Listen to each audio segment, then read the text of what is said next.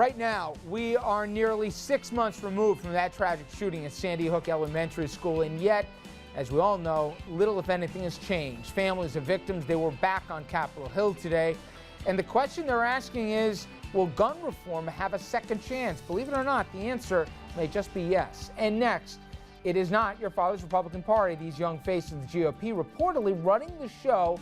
The question is this good or bad for the Grand Old Party? And later, immigration reform passing a major hurdle yesterday. But where does it go from here? We're going to break down what comes next and if a pathway to citizenship will ever become a reality. Good evening, everybody. Welcome to RFL. I'm Richard French. We're going to get into those stories, plus also a couple of anniversaries from the not-too-distant past that tells us a little bit about the power of leadership and if any leaders, whether JFK or Reagan, whose voices you'll hear tonight, how they could even do in today's politicized and polarized climate here. All right, let's begin tonight here with a question we didn't think we'd be able to ask anytime soon, honestly. What's going on with gun control? The last time we had any hopes of a gun bill, well, that was back in April when the Senate blocked an expanded background check bill despite, as we said, 90% of the public getting behind it.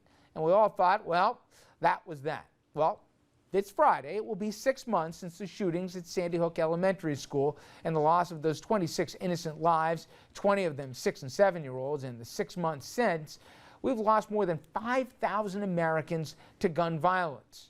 We also know that for the past couple days, Newtown parents have not thrown the towel. They've been back on Capitol Hill once again, knocking, going door to door here, pleading for gun control to Republicans and Democrats alike.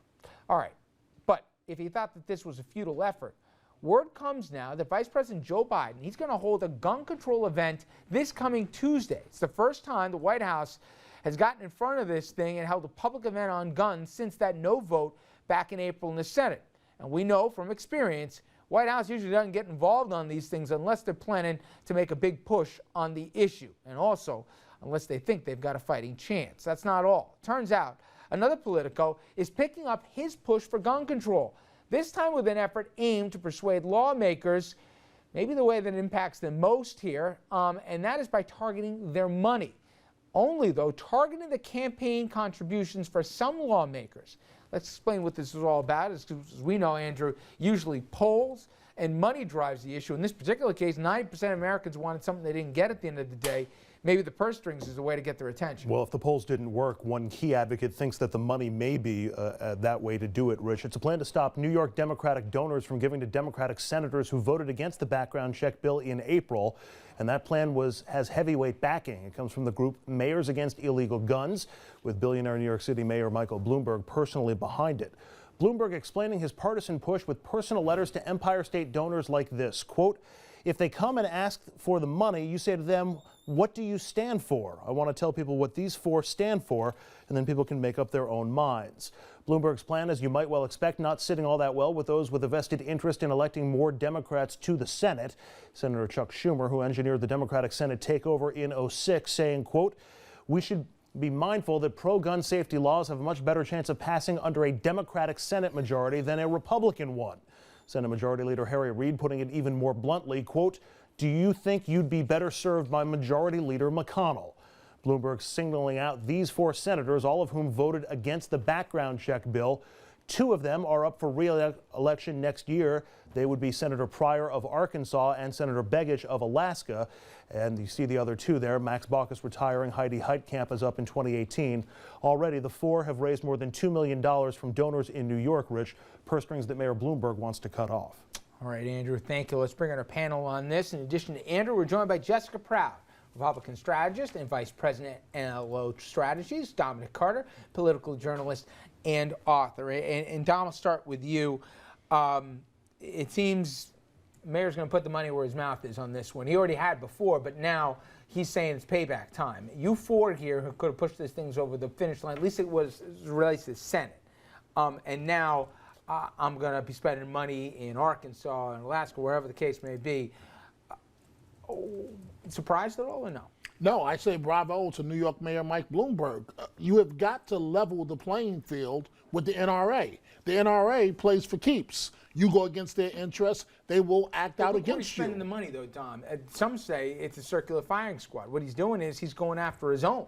And as I think Senator Reid said it best, fine, you win, it's a Pyrrhic victory because you're going to have Senator McConnell here. He's going to be the Senate Majority Leader to see Jessica smiling. I understand, but what's that saying? You're either with me or you're against me. And for Bloomberg, the bottom line issue is gun control. I understand your argument very well. There's a point to be made for that, but I say bravo to Bloomberg. You go after all of them. Jessica, I've heard it's not just the White House getting behind this thing because they want to change the subject. I'm sure that's some of it, given what's going on. But internal polls for senators that are going to have tough re-elections, Republicans also, if they thought, hey, this issue was in May, April, it'll go away by the next time we're up, I've heard that they're finding some surprising numbers here, that 90% of the national public wanted this thing. And it wasn't just in the highly blue states. They could have some pushback. A lot of Republicans would like to see this thing passed. They're just looking for some cover right now, and they haven't found it yet. But they want to vote for background checks only. Are you hearing the same thing? Well, yeah, I think that level of support for background checks is still there. But when you ask the larger question of where it ranks in people's priority list, I would assume it's probably way down on the list. And right now, with all of the distractions of the scandals going on in Washington, that is the only message that's getting through to the American public right now. So there's no wonder that the White House wants to come out and proactively trying to change the conversation on this.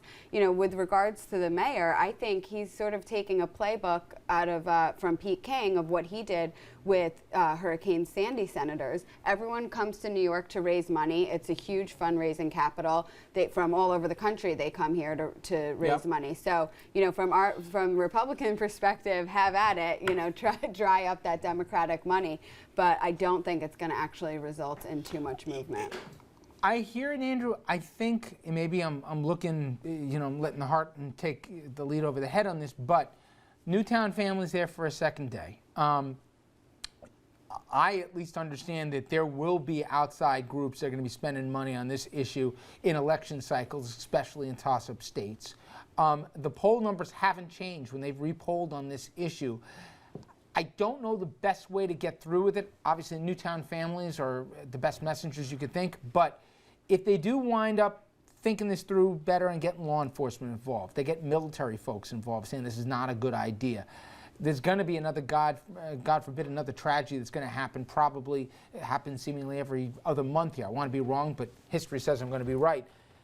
There is a chance to galvanize, I think, the public again here, enough to maybe shame or at least scare some lawmakers. See, I think the goal here may be to keep public opinion moving in the direction that it's been moving, or at least to keep it from sliding back to where we were before Newtown. I'm not so sure that this is pointed towards some sort of gun control bill this year or in this current Congress. Frankly, I don't think the prospects are all that good until after the 2014 elections.